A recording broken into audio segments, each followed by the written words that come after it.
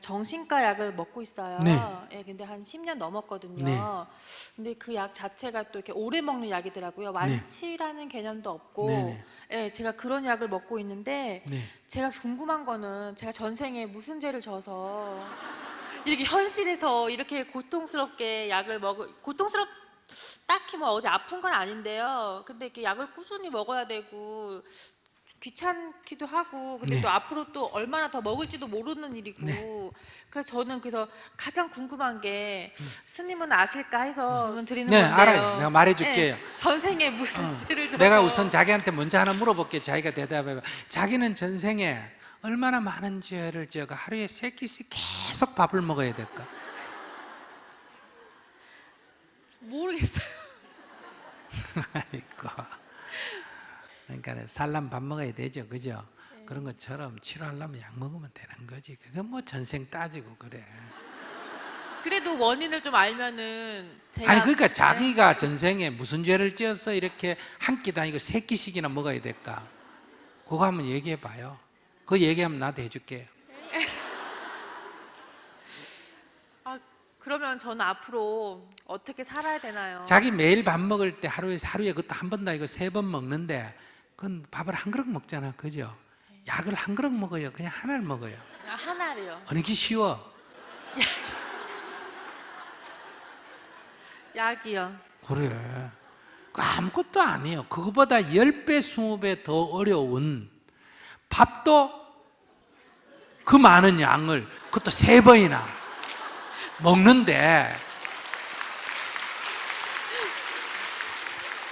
그거는 힘든다 소리 안 하고 그 조그만 알 하나 여가 물 홀딱 마시면 되는데 그건 왜 계속 먹어야 되는지 왜 힘드는지 그런 얘기를 왜 해요? 그게 별거 아니에요. 지금 먹고 나서 어쨌든 그 약간의 우울함이나 약간의 이런 것들에 대해서 안 먹을 때보다 나아요, 안 나아요? 예, 효과가 있어요. 그럼 먹으면 되지. 그건 뭐 따질 거 있어요. 근데 자기는 그럼 한번 물어보자. 팔다리가 교통사고 나가서 다리를 못 사고 휠체어 타는 게 나아요? 하루 약 하나를 먹는 게 낫겠어요?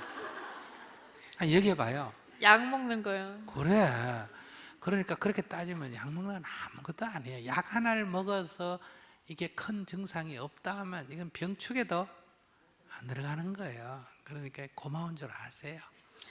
아이고 부처님 하나님 이 약 하나를 먹고 이렇게 내가 요 조그마한 거 하나 먹고 이렇게 살 수 있는 세상에 태어난 게 너무너무 행복합니다. 옛날 같으면 이런 시대에 안 태어났으면 이거 치료 못하면 어때요? 큰 고통이 따르겠죠. 그건 괜찮아요. 그런 거 갖고 너무 이걸 언제까지 먹어야 되나 이런 생각할 필요가 없어요. 죽을 때까지 먹어도 그건 아무 힘드는 거 아니에요. 아시겠죠? 매일 한 번 먹어요, 2번 먹어요? 아침 저녁으로 2번이요. 아침 저녁. 예. 밥 먹고 먹어요, 밥 먹기 전에 먹어? 상관없어요. 상관없어. 그건 편하네. 밥 먹기 전에 먹어라, 밥 먹고 난 뒤에 먹어라 이러면 이게 깜빡하면 잊어버릴 수가 있거든요. 아무 때나 먹어야 된다니까. 진짜 쉽다. 네. 감사합니다.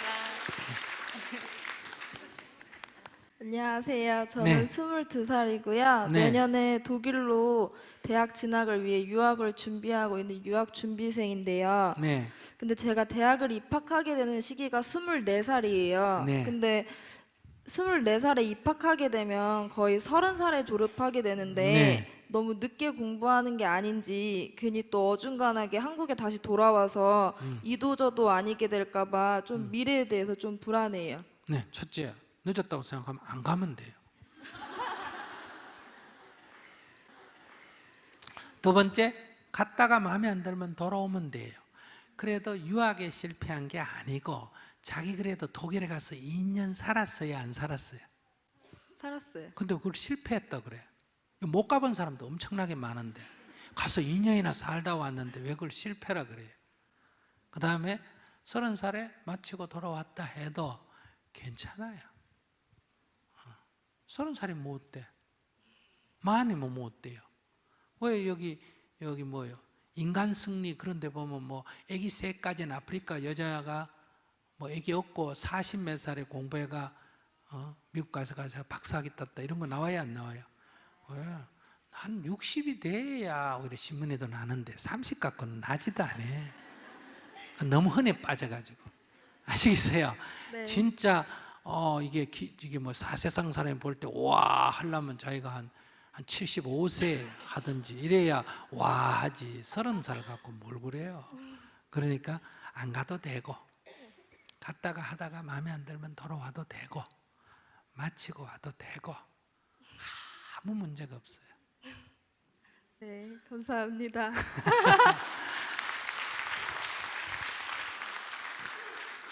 보통 보면 스님 생활 한 3년 하다가 그냥 세속으로 돌아가면 여러분들 아이고 저거 속됐다고 욕하죠. 그렇지. 불교 신자가 더 욕해요. 근데 여러분들 그 욕하면 안 돼요. 왜? 자기는 한 번도 못 해봤잖아. 그래도 그 스님은 몇 년 해봤다? 3년이나 해봤으면 존경해야지 왜 욕을 해요? 근데 인간 심리가 묘해요.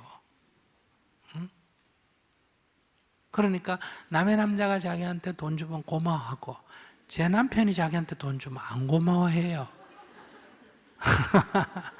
근데 이거는 이 기대감 때문에 그러거든요. 그래서 아까 저기 여자분한테 뭐라고 해요? 남이다. 남이라고 생각하면 고마운 존재, 안 고마운 존재예요. 한 달에 와서 한 번씩 와서 밤에 와서 잠만 자주 가도 엄청나게 고마운 존재예요. 가끔 와서 애 하고 놀아만 줘도 어때요? 고마운 존재예요.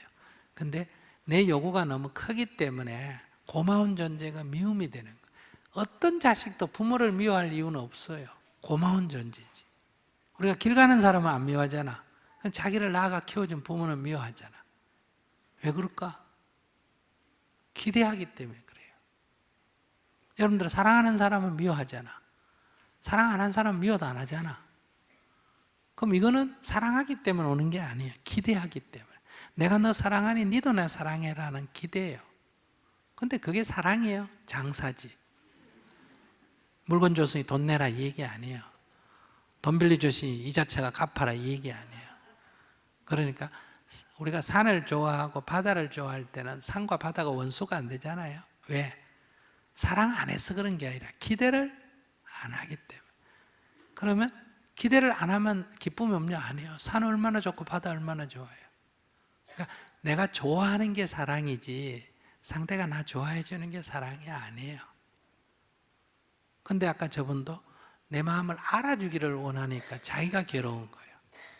근데 내가 상대 마음을 알아주면 내가 행복해집니다. 그래서 우리 기도문에 뭐다? 사랑받으려 하지 말고 뭐다? 사랑하는 자가 된다. 또 어떤 게 있어요? 이해받으려고 하지 말고 이해해주는 사람이 된다. 그게 남을 위해서 너를 희생하라는 얘기가 아니라 그것이 너를 진정으로 행복으로 이끄는 길이다 이 뜻이에요. 성인의 말을 우리는 자꾸 남을 위해서 나를 희생하라고 잘못 들어요. 부처님이 뭐 예수님이 심술이 나가지고 나를 자꾸 희생시키고 남을 위해서 봉사하러 가르치겠어요.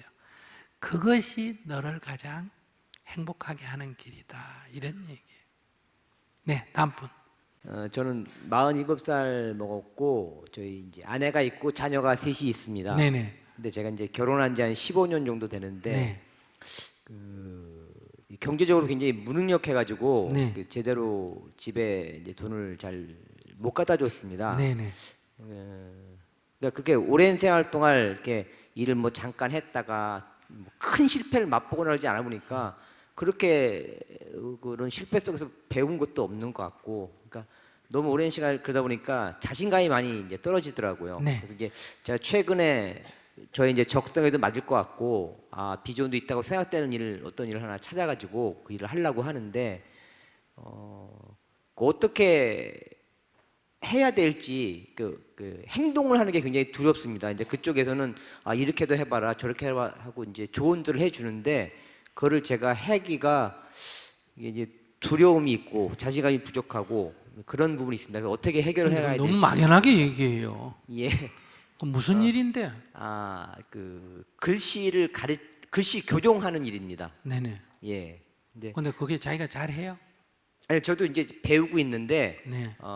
이렇게 뭐 굉장히 큰 어떤 그 노하우가 있지 않아도 되는 일입니다. 그래서 제가 뭐 이렇게 얼마 몇 개월 정도만 배우면은 충분히 그 가리키는 걸 할 수 있을 것 같습니다. 근데 자기 잘 생각해봐요. 요즘같이 빡빡한 세상에 예. 큰 기술도 없어도 되고 그것도 몇 개월만 배워도 되고 그런 편한 일에 수익이 많을까 적을까?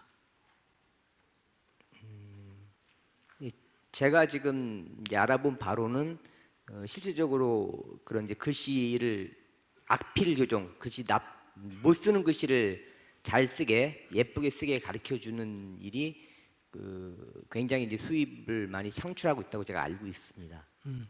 예, 근데 예, 그 많이 창출했다고 소문이 나 있으면 예. 지금 직업 없는 사람이 그 별로 배우는데도 별로 힘도 안 들고 가르치는데도 별로 힘도 안 들고 수입은 많으면 그 사람이 벌써 몰려갈까? 그 계속 비어 있을까? 예, 지금쯤 몰려가는 초기라고 생각하고 있습니다. 그러니까 세상을 너무 그렇게 쉽게 생각하면 안 돼요. 그 투자 경비는 없어요. 지금 제가 그 학원에 다니면서 배우고 있는. 예, 정도입니다. 그 다음에 가르칠 때도 학원에서 그냥 선생으로 가르치면 돼요. 학원을 차려야 돼요. 근데 여러 가지 방법이 있는데 지금 생각하고 있는 것은 이제 방과 후 학교 같은데 그런 쪽에나 문화센터나 그런 쪽에도 수요가 많이 있습니다. 지금. 네네. 그러니까 자기가 지금 학원에 가서 배우는 대로 가서 가르치면 되지 어떻게 해야 될지 모르겠다니까 조금 그렇잖아요. 자기가 지금 우선 지금 생활비는 그 부인이 벌어서 애들 키우고 있어요. 예, 집사람이 하고 저도 이제 밤에 제가 대리운전을 하고 있습니다. 네네. 그러니까 우선 생활에 대해서 자기가 큰 기여를 못해도 그 당장 급박한 상황은 아니잖아요. 그냥 저냥 이제 간신히 꾸려나가는. 꾸려나가잖아요. 그러니까 그걸 하면 비전이 있겠다. 이걸 하면 큰 돈을 벌겠다. 이런 생각을 버리셔야 돼요. 그럼 자기 또 좌절할 거예요. 그러니까 그냥 노는이 그냥 밤엔 대리운전하고 낮에는 이거라도 해보자. 이렇게 가벼운 마음으로 가서 하면 지금 이렇게 두렵거나 어떻게 해야 될지 모르겠다. 이런 생각 없어요. 지금 여기 너무 기대를 크고 잘하려고 하니까 혹시 잘못될까 지금 두려운 거거든요. 그러니까 기대를 낮추고 이게 뭐예요? 그렇게 세상에 공짜 하나 쉬운 일이 없기 때문에 그냥 애들 글씨 교정해 주는 거 무료라도 해주겠다. 이렇게 가벼운 마음으로 예, 가서 예. 하시고 그 다음에 학원 차리거나 이런 건 하시면 안 되고 예. 남 하는데 돈 안 들고 몸으로 가서 떼우는 거 있잖아요.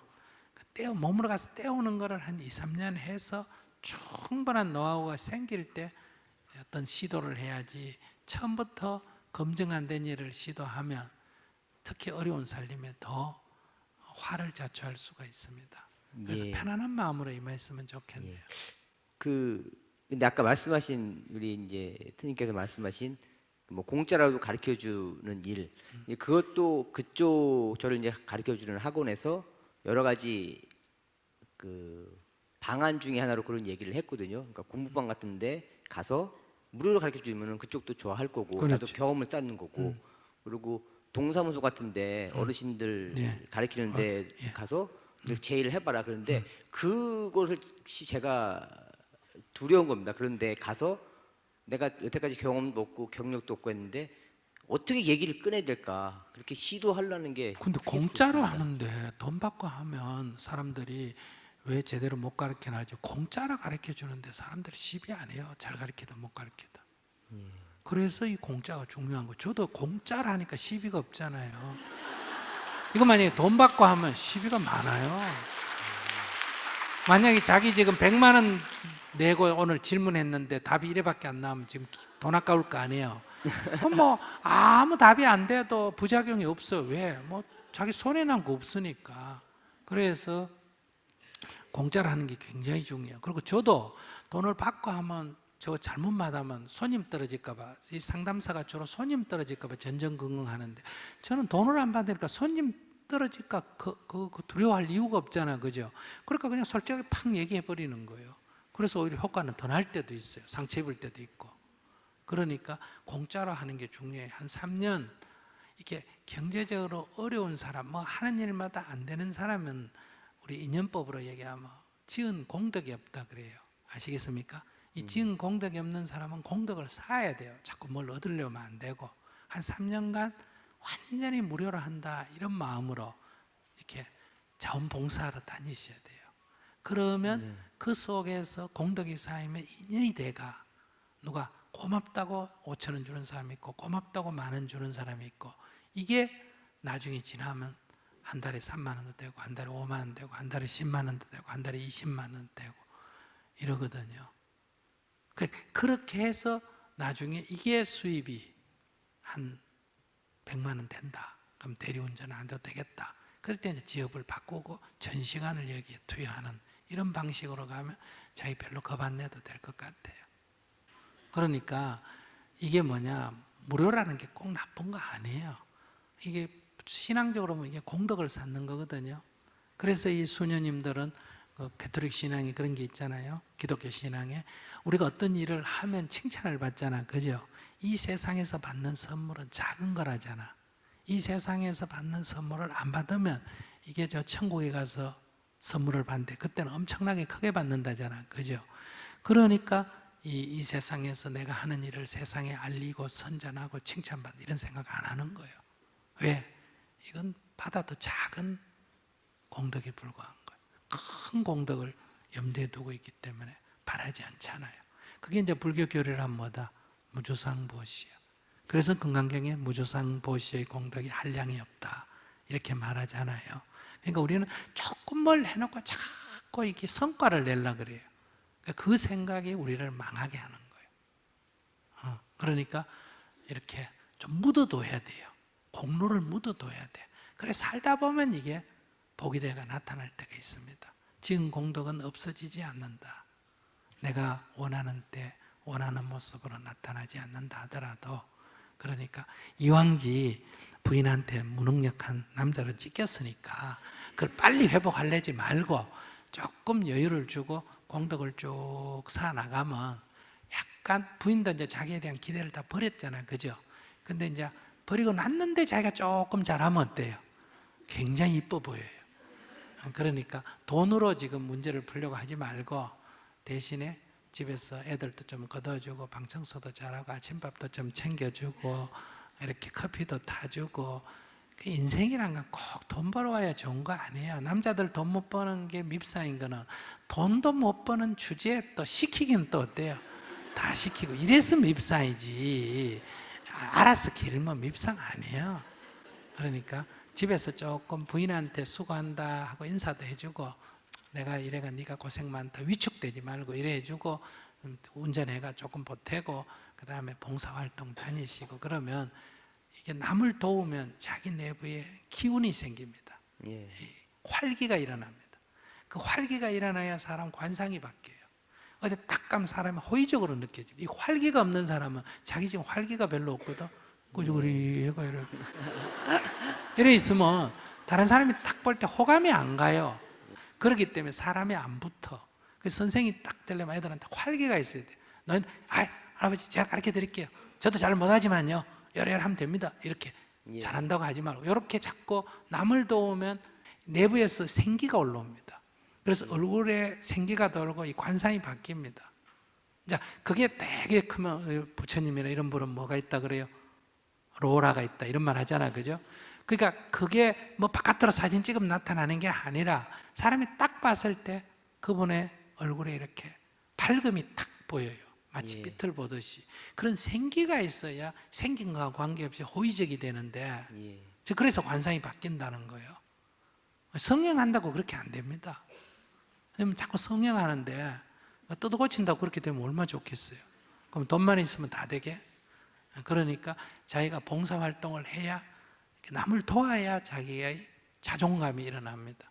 알겠습니다. 돈 벌 생각하지 말고 그렇게 한번 해보세요. 예, 고맙습니다.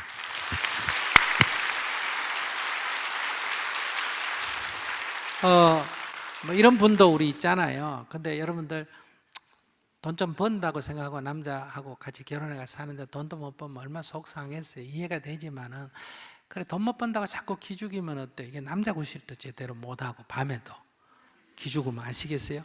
그 다음에 밖에 가서 또 제대로 일을 못해요. 사람이 기가 죽으면. 그리고 이 사고를 칩니다. 항상 무의식 세계, 내가 본때를 한번 보여주겠다, 이런 심리가 있기 때문에 허황된 데 빠져들기가 굉장히 쉬워요.